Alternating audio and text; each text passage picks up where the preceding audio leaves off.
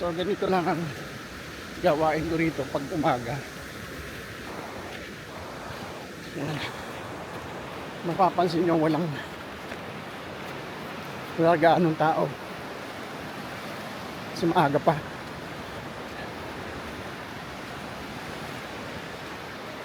Yan.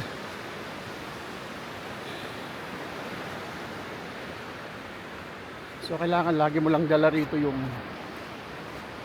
pataka mo or labor cart na sinasabi nila every time na lalabas. Kasi may mga random check dito ng mga pulis. Siyempre foreigner ka, i-check nila kung legal na nagtatrabaho ka rito. Kaya yun yung policy. Kahit hindi nila wala magsabi, kailangan dala mo palagi nasa wallet mo yung labor card. Imagine yung lawak nung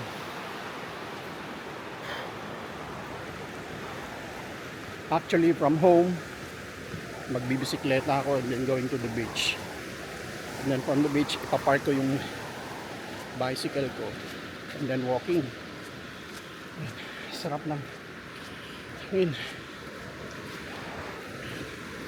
Actually may araw na as na nung araw, pero since yung panahon makulimlim, sarap maglakad, fresh air.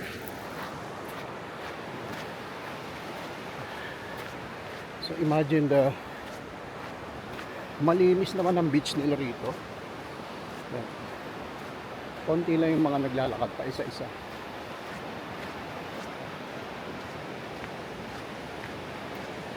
Malayo-layo na rin yung aking narating.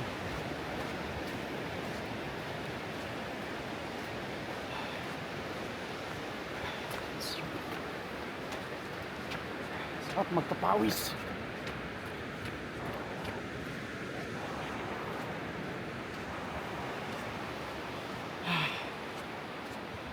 So ito lang ang routine ko rito sa umaga, especially pag Friday and Saturday, yan yung walang pasok dito. So morning, pag ganitong panahon, ay sarap mag jogging.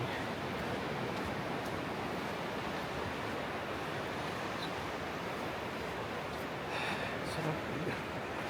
Tapos na. Siguro 30 to 45 minutes yung ginagawa ko rito walking.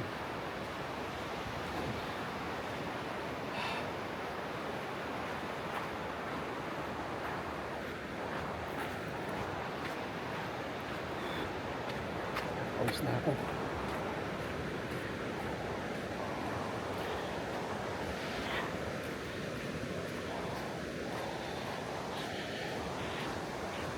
Again, this is part of Oman.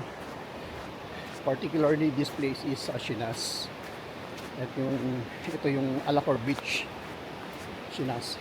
Malapit ito sa border ng papuntang Dubai. So I'm working here for almost 16 years. Completed. Sa awa ng Diyos. Lagi lang natin alagaan yung sarili. Kasi dito mahirap magkasakit pag ikaw lang mag-isa. Walang mag-aalaga sa'yo. Okay guys, so thank you for watching. I hope please subscribe in my YouTube channel. So actually this is one of my content. Pero meron akong mga content about tutorial, ibang events, mga travels, since andito ako sa Oman. Okay, thank you guys. See you next on my next video. Bye.